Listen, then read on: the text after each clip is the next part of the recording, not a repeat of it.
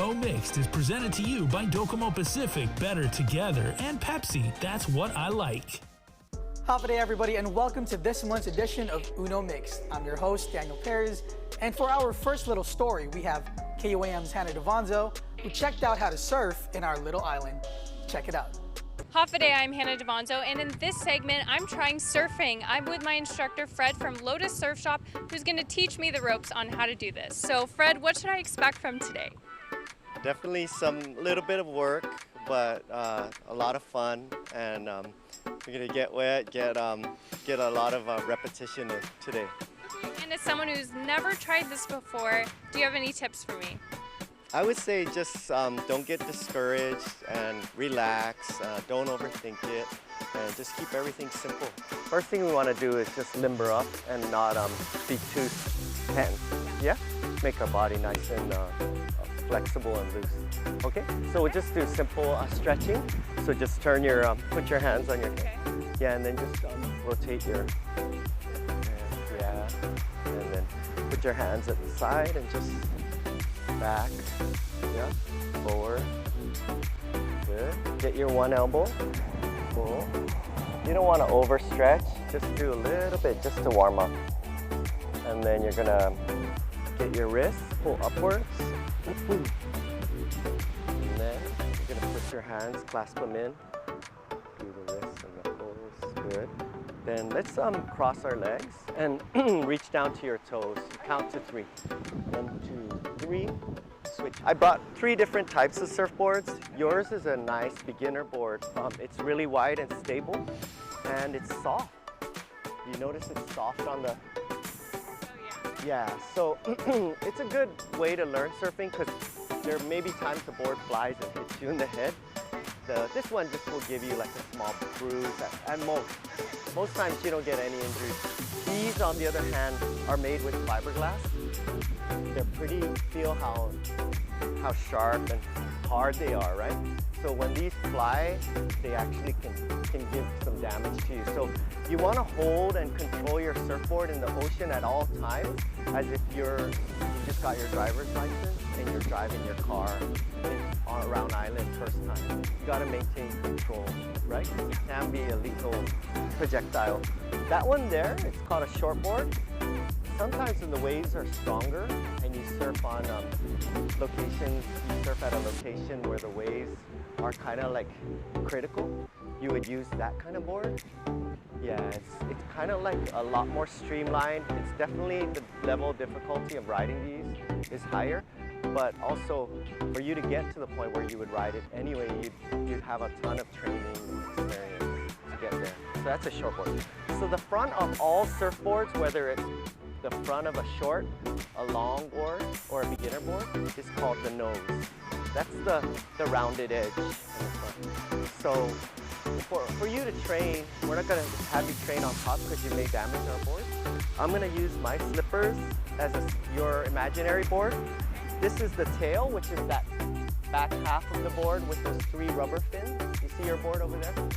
And this is the nose, that rounded edge in the front. Now Freddie and I are moving into the land demonstration, getting me ready for the real thing. My hands are cupped, my chest is up.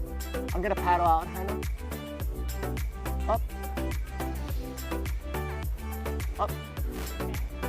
Spin around, Fred, spin around. Now the waves are coming, Fred. Here we go. Get ready, and when you hear me say, Hannah, go, go, you're gonna pull. Hannah, go, go, go. When you hear 1, Hannah, 2, the hands are gonna go to the rib cage.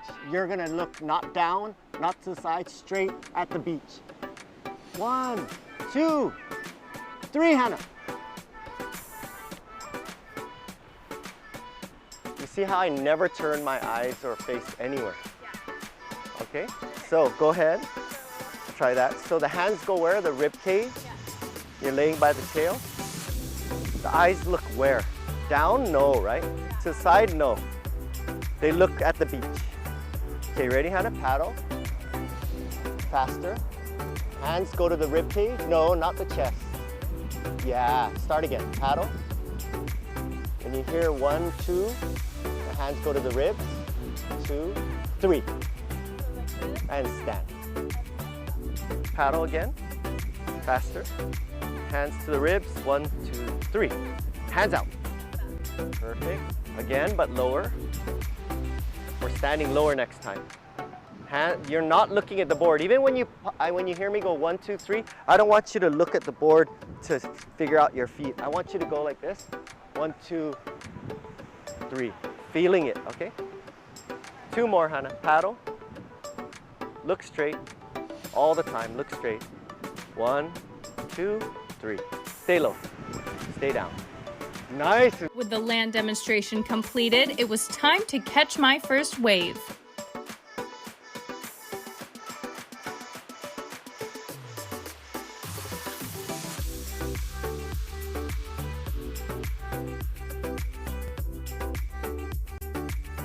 And on to my next try, where Freddie gives me a quick coaching lesson before my next wave.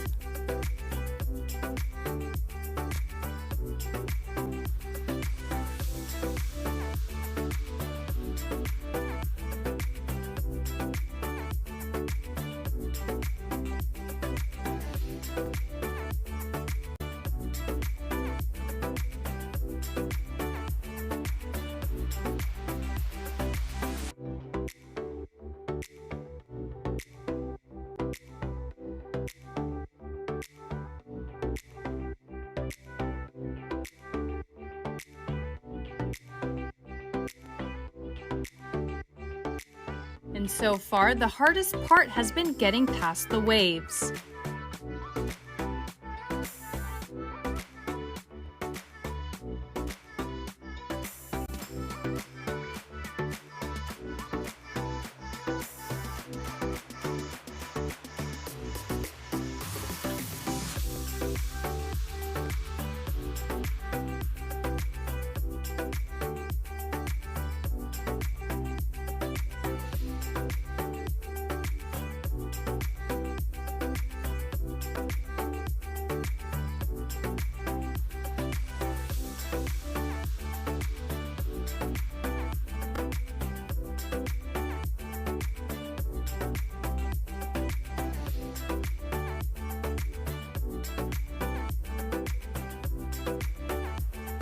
And with my last try, I made sure to end on a good note.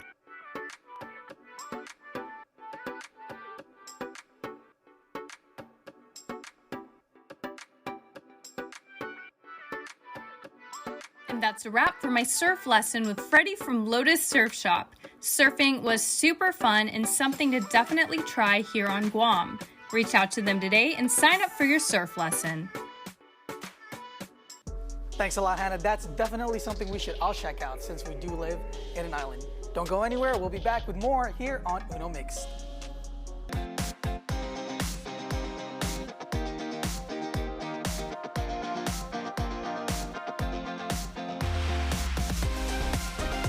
Uno Mixed is presented to you by Docomo Pacific, Better Together, and Pepsi, That's What I Like.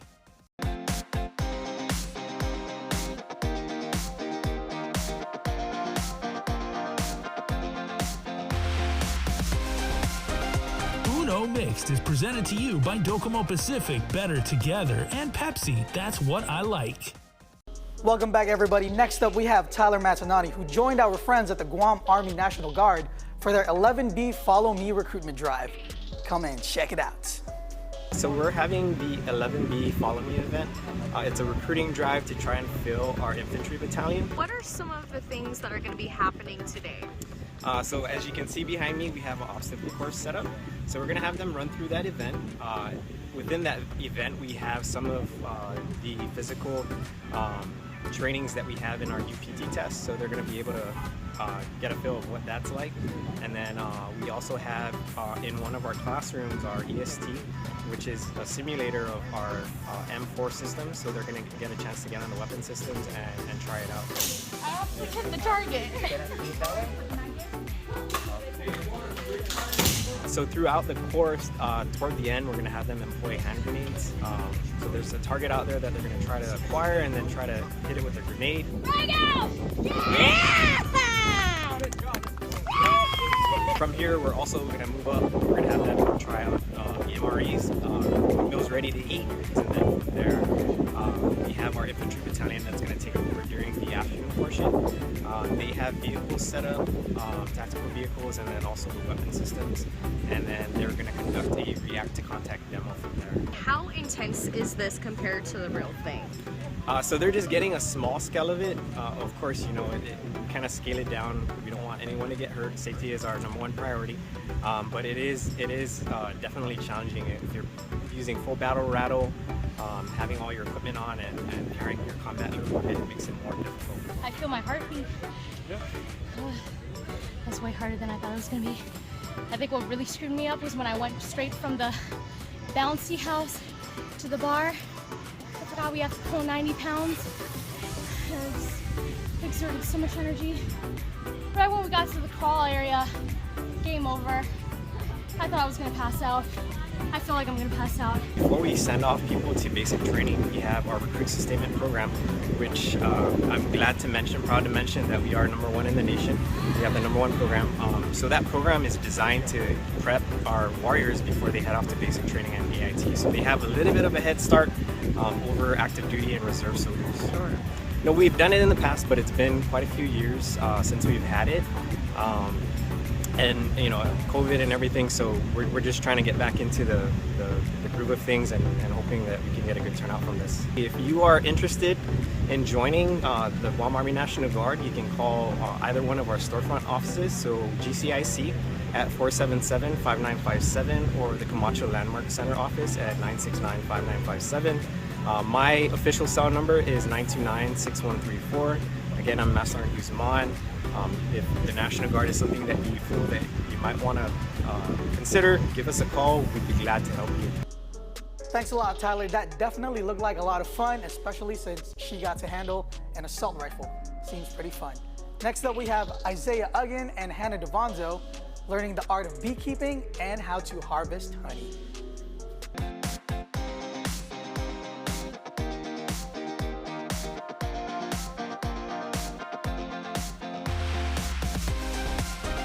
Uno Mixed is presented to you by Docomo Pacific, Better Together, and Pepsi, That's What I Like.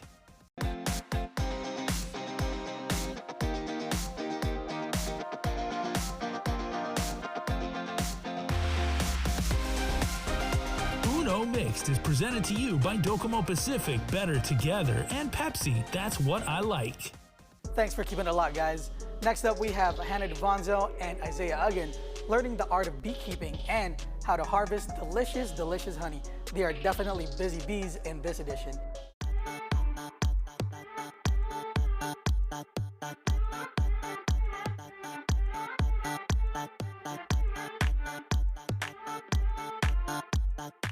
Howdy everyone, Guahusi Isaiah Aguon, and welcome to this segment of Uno Mix, where Hannah and I will be learning the art of beekeeping with UOG students Chris Rosario and Janae Sayama. So we're gonna open up the colony, but before we do that, let's give it another smoke. Okay. So we want to smoke out the entrance. Yep, one more time, because the entrance is where all the foragers are going in and out. And if you get stung, you're likely getting stung by a forager. Forager are the oldest bees in the colony. And so what Janae and I are doing with these colonies is Janae is collecting the pollen and I am doing a survey for certain pests of honeybees. So we all know that bees do forage for pollen, and Janae's research is actually to look at the different types of pollen that bees are bringing back. Wow. Which is very important because we want to know what they are pollinating. Whether are they pollinating native plants? Are they pollinating agricultural crops? You know, we don't know. We only know based off of observation.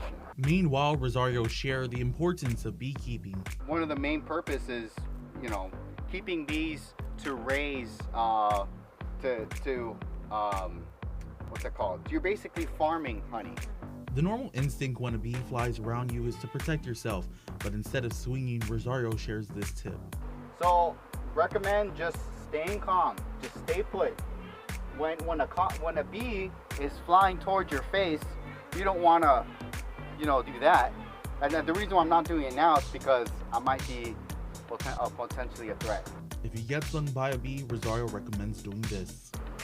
Recommendation is to just put an ice pack on the site, but also use vinegar. Before harvesting honey, Rosario says we must use a smoker to calm the colony or hive. So the purpose of the smoker is to calm the bees and prevent them from communicating with each other to sting. So bees release about several different types of pheromones telling other bees to sting. So this is a social insect. Social insects communicate mostly via pheromones. Pheromones is just basically the scent of, you know, like our odor. And so bees will also react to our pheromones as well. And usually not.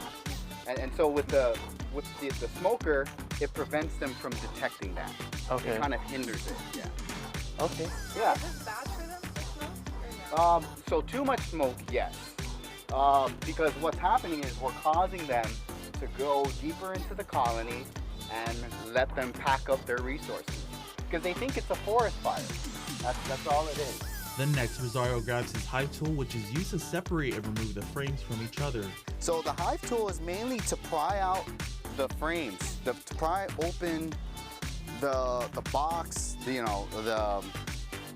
pry away the frames from each other. So if you notice, if you look, you can go right into the colony. That's good. Now we don't need to smoke too much. We could put the smoker down here and kind of let the smoker flow through the entrance of the colony.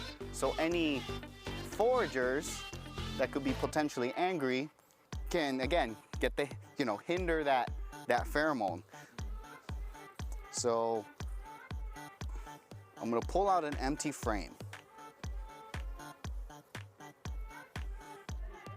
Yeah, really, really empty, but they're gonna start working on it.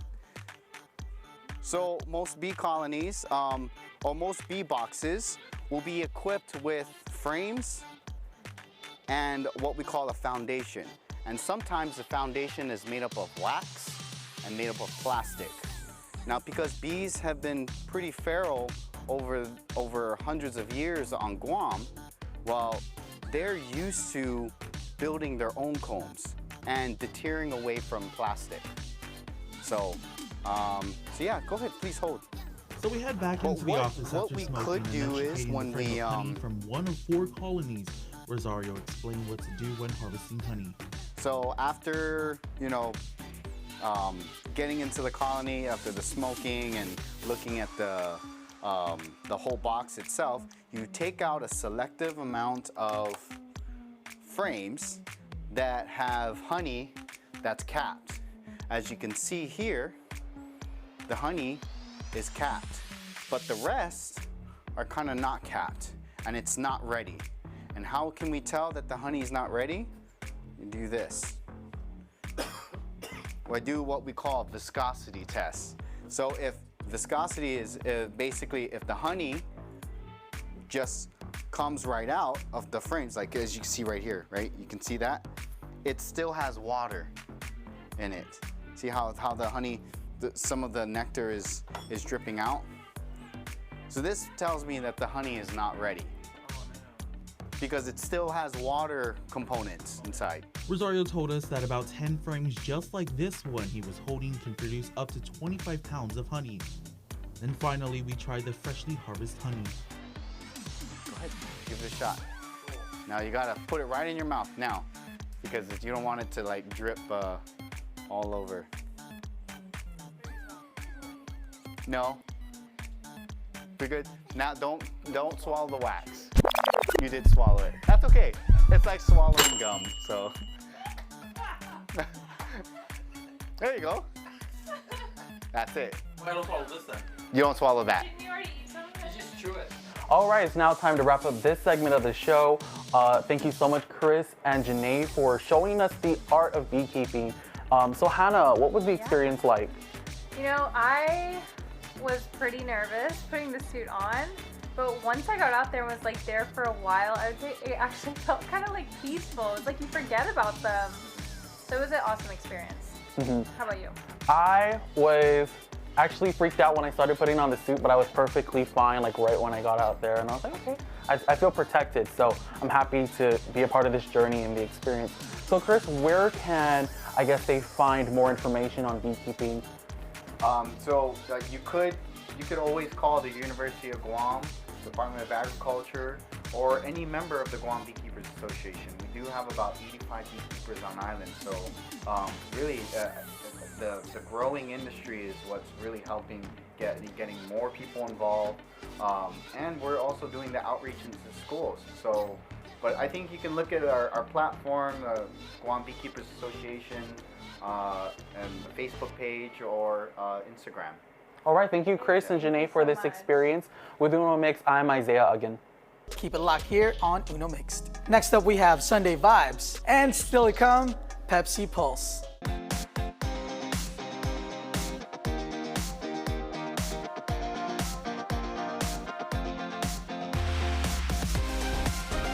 Uno Mixed is presented to you by Docomo Pacific, Better Together, and Pepsi, That's What I Like. It's time for your Pepsi Pulse.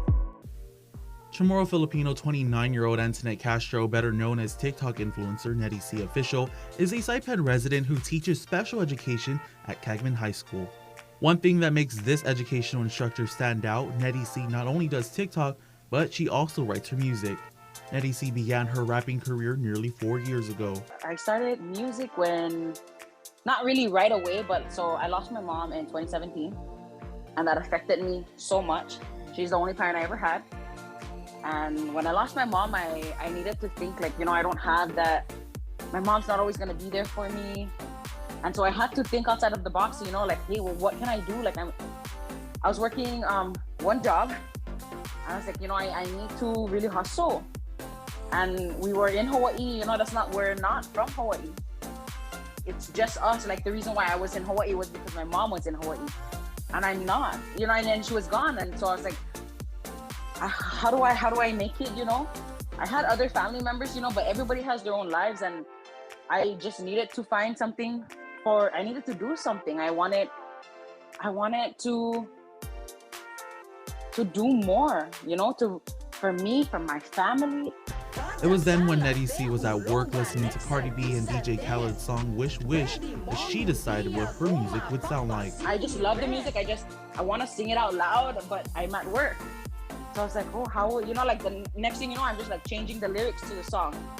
Like putting like nicer, like kid appropriate words. And I was just like, whoa. I didn't even realize that I just did a cover in my head just by changing certain words. And then that's where it started. I went home and I was just so inspired, and now I started my first Cardi B cover, which was Wish Wish. I even recorded a YouTube video, and then people were freaked out, like what, you can rap? I'm like, I guess, I didn't even know I could rap. According to Netty Cee, family and friends were shocked with her first cover, which was obviously about Cardi B's Wish Wish. The positive reaction, she says, is what motivated her to push through with her musical career. That same night, actually, I sat on my kitchen table and I just took out my notebook, my pen, and just listened to a beat that I've been holding on to for a while. Just listen to the beat, and then,